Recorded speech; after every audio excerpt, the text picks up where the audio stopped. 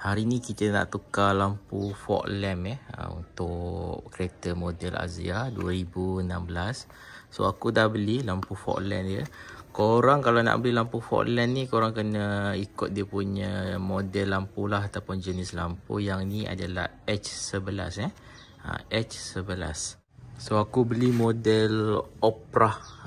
Opera. So aku beli ni, tepi dia ada LED dan depan dia pun ada LED lah.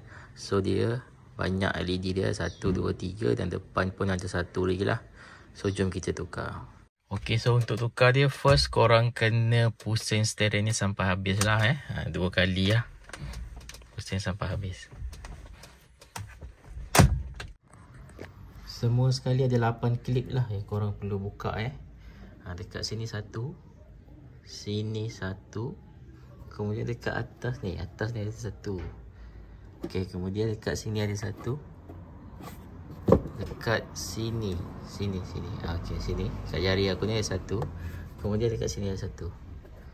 Sini 1 lah. Bawah je ni. Ini bawah je ni. Ada 2 lah. Dekat bawah ada 2.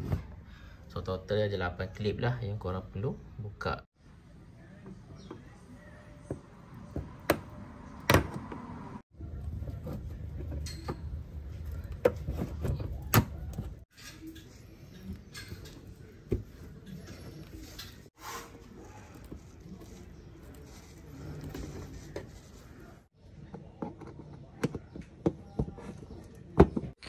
Lepas korang buka klip tu semua, korang tarik je yang ni. Yang ni korang tarik je keluar.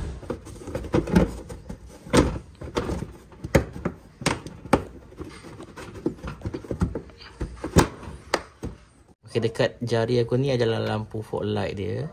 Korang pusing arah lawan jam, pusing je.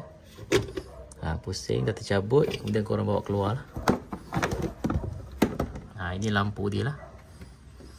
Kalau korang tengok dekat sini, dia punya kod adalah H11 Okey, cara nak buka mentol ni, dia ada sendi tau dekat sini. Sendi kat sini.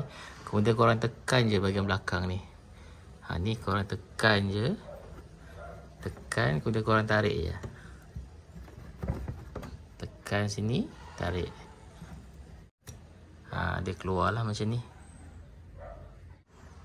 Jadi kita akan pasang lah yang baru dia. Yang ni kita pasang dulu. Simple je, tekan je. Okay, dah pasang. Ok, lampu yang kita pasang jadi dah menyala dengan baik lah. Ok, bila dah menyala, kita tutup je balik. Maksudnya kita pasang balik macam biasa lah, macam kita buka tadi.